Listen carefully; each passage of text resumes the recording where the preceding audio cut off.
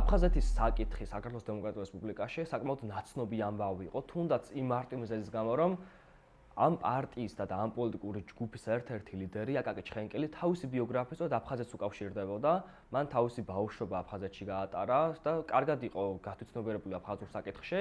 და უკვე 1918 წლის შემდგომ პერიოდშიც, როცა მიდის მუშაობა ჯერ ეროვნულ საბჭოში და შემდგომ უკვე დამფუძნებელ კრებაში, საკმაოდ აქტიურად განიხილება აფხაზეთის სამოვალო პროექტიც, როგორი უნდა იყოს ის ქართულ რესპუბლიკაში. და აქ ულაპარაკოთ ამხდებიან როგორც სახელმწიფო გუნდის ოპოზიცია და თავის მხრივ აფხაზური თემით, რომ აფხაზეთს უნდა ქონდეს ავტონომია აუცილებლად და ეს გარანტირებული იყო იმ კონსტიტუციაში, რომელიც 1921 წლის თებერვალში მიიღეს. შესაბამისად, უნდა გვახსოვდეს, რომ აფხაზეთის ავტონომია არ არის ექსკლუზიურად საბჭოთა ფენომენი და ის დაიბადა ქართველი პოლიტიკოსების დისკუსიების შედეგად პირველ რიგში, რასაც შემდგომში უკვე თავისებური ინსტრუმენტალიზაცია ამისა, თავისებური გამოყენება უკვე საბჭოთა რეჟიმმა 1921 წლის შემდგომ და რამაც პრინციპში გასტანა 1930-იან წლების ბოლომდე ექსკლუზიურად საინტერესო ფორმით. პირველ რესპუბლიკაზე საუბარი ალბათ შეგვიძლია მხოლოდ ეგრეთ წოდებული თეორიულ ნაწილში, იმიტომ რომ რესპუბლიკამ 3 წელი იარსება, შესაბამისად ჩვენ ვერ ვნახეთ როგორ იმუშავა კონსტიტუციის პროექტმა და კონსტიტუციამ უკვე დამოუკიდებელ საქართველოში, რადგანაც მიღებიდან 3 კვირაში ქვეყანა დაეცა და დაიპყრეს წითელ არმიელებმა. თუმცა საგულისხმოა ეს ფაქტი, რომ ქართული პოლიტიკური ელიტები აღიარებდნენ აფხაზურ საზოგადოებას როგორც ეთნიკურად უნიკალურს, ენობრივად განსხვავებულსა და ავტონომიური სტატუსის მქონესა და მათთვის ეს ავტონომია იყო ინტეგრაციისა თუ სამოქალაქო ცხოვრებისაკენ გადადგმული უდიდესი ნაბიჯი. 1917 წლის რუსეთის რევოლუციების შემდგომ აფხაზეთის ტერიტორიაზე ორი საზოგადოებრივი ჯგუფი გამოიკვეთა. პირველი ეს იყო თავადაზნაურობა, რომელსაც ეშინოდა რუსეთის რევოლუციის თამდევი სოციალური და ეკონომიკური პოლიტიკის, რაც ითვალისწინებდა მიწის რეფორმას და მათთვის მიწების ჩამორთმევას. და მათი პოლიტიკური ინტერესი დაუკავშირდა ჯერ ოსმალეთის იმპერიას, რომელიც არ აღიარებდა რუსეთის რევოლუციის, ასე ვთქვათ, სულისკვეთებას და შემდგომში თეთრგვარდიულ რუსეთს, რომელიც ცალსახად ანტიკომუნისტური და ანტირევოლუციური ჯგუფი იყო.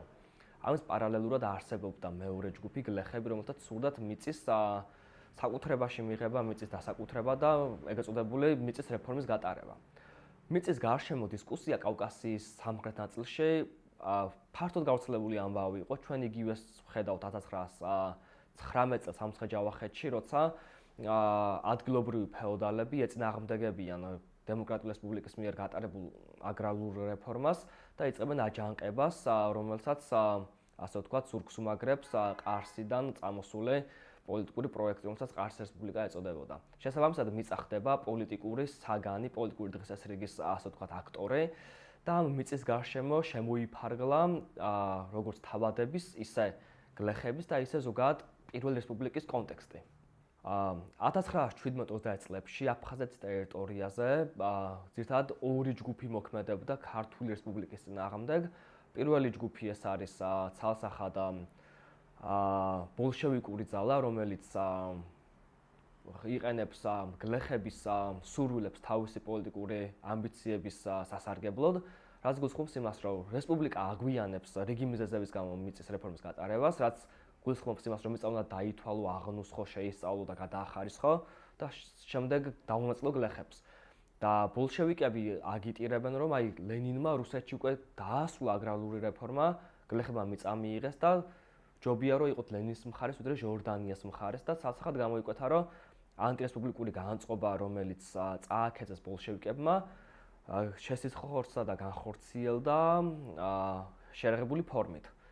მეორე მხრივ ამავე წლებში საკუთარი ინტერესი აქვს შავი ზღვის რეგიონში თეთრგვარდიულ რუსეთს, დენიკინს და კოლჩაკს და აი ამ ამბოხებულ გენერლებს, რომლებიც არ იზიარებენ 1917 წლის ოქტომბრის მოვლენების შემდგომ შექმნილ სურათს და შესაბამისად ქართულ არმიას და გვარდიას უწევს ეომოს არა მხოლოდ ბოლშევიკებს და აჯანყებულ ასე ვთქვათ გლეხებს, რომლებსაც კრემლი უმაგრებს ზურგს, არამედ თეთრგვარდიულ გენერლებსაც. საბოლოო ჯამში სრულდება ეს ყველაფერი იმით, რომ 1921 წლისთვის უკვე დამარცხებული არის ბოლშევიკების მიერ თეთრგვარდიული რუსეთი და მზადდება საქართველოს ანექსიაც.